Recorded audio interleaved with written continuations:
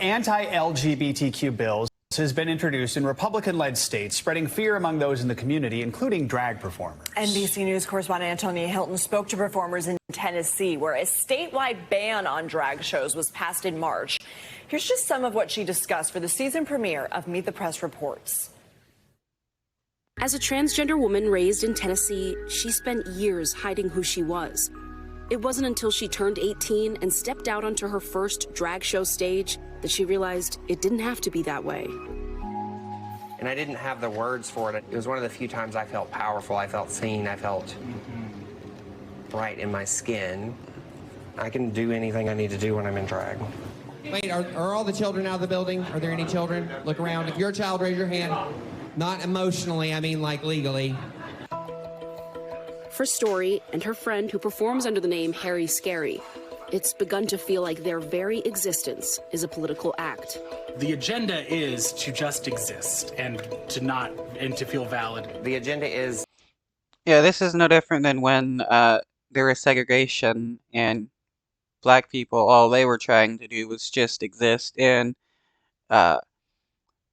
like just looking at a white person wrong was a death sentence. Black people literally had to walk around with their head down towards the pavement because white people would get mad and think that black people think that they're equal to white people, and they did not like that idea.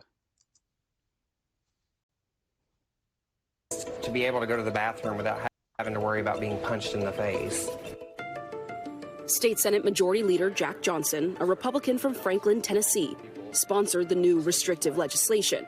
The law targets adult-oriented performances that are harmful to minors. It doesn't say exactly how performances will be determined to be harmful or sexual. Have you been to drag shows? Have not. But I've seen videos. I've seen videos of drag. Well, and I guess I should say, have I been to places where a man was dressed as a woman and performing or singing, and maybe they were dressed, it was a Halloween party and they were dressed up as Dolly Parton? Of course I have. Are you? But that's drag, and he doesn't seem to be against it. What about when Bill Lee dressed up in drag in high school, or when high schoolers dress up in drag for powder puff football and stuff? Are you against that? Because it doesn't really seem to be the case. You're trying to send a signal Of course that not. some types of communities, some types of people aren't welcome here in Tennessee. The only signal I'm trying to send is that you shouldn't be doing sexually graphic, you shouldn't be simulating sex acts in front of children. And NBC's Antonia Hilton joins us now with the... Okay, but how does he feel, taking kids to Hooters or taking them to football games where there are cheerleaders and stuff? How is that, like, any different? Closer look at our reports. So walk us through, because I think there's still some confusion over these bills and the impact they're having, especially in Tennessee right now, which sort of the first, and others are looking at this, right? That's right. So this is the first law that's been passed of its kind, but it might not be the only.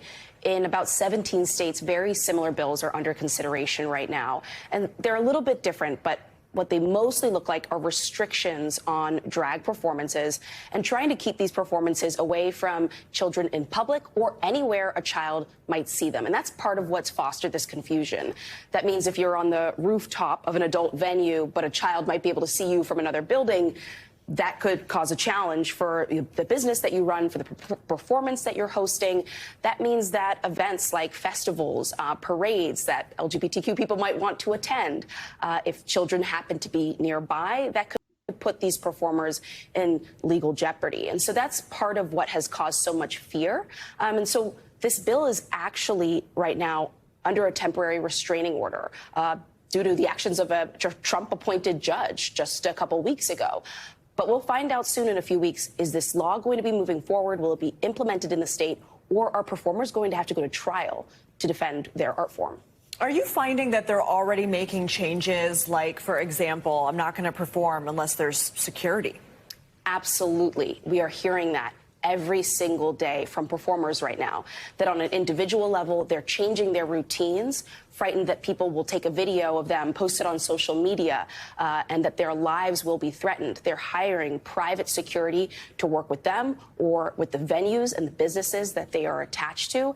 And many of these organizations, they don't have a whole lot of money. This is extremely costly for them. So there are also some performers who are simply taking a step back from their work right now and not sure, what their connection to the drag community might look like going forward. You also spoke with some leaders of drag story hours. This is when drag queens read for kids in local libraries. What did you hear from them, and how worried are some of them about their safety and security? They're very, very worried, Joe. And that's because Drag Story Hour has really been at the center of a lot of the extremist response. We have seen Nazis, we have seen extremist organizations like the Proud Boys go to story reading hours and intimidate many of the performers. In fact, as part of the extended version of this story, we sit down with a performer who had Proud Boys storm their reading in front of children. And so they are forming security and volunteer groups. They're getting trained on CPR, gunshot wound response. And so that is the level of seriousness here, that people are really reevaluating performances, events at libraries that used to be pretty simple and straightforward. There is now a lot of work and security steps that performers are taking before they ever even step foot in these libraries right now. You've been spending a lot of time reporting on this. What do you want to leave people with? What are the takeaways, and how can people watch your reporting? I think one of the major takeaways right now is that we're hearing a lot of politicians talk about parental rights, because that's driving what's behind a lot of this fear that drag performances are inappropriate for children, and that parents have the rights to reach out to libraries and to cancel these performances, to keep certain people from coming to schools for events. And I think it's important to listen to those parents' voices, but also remember that there are parents of LGBTQ children, parents who are LGBTQ, and they have other opinions on these matters. And when you talk about parental rights, you have to remember all parents have a seat at the table, and we've tried to do that in this story. Because they're worried their rights are being infringed upon to be able to talk about their lives. That's what we're hearing. All right. Antonia, thank you so much. And to reiterate, you can stream the full episode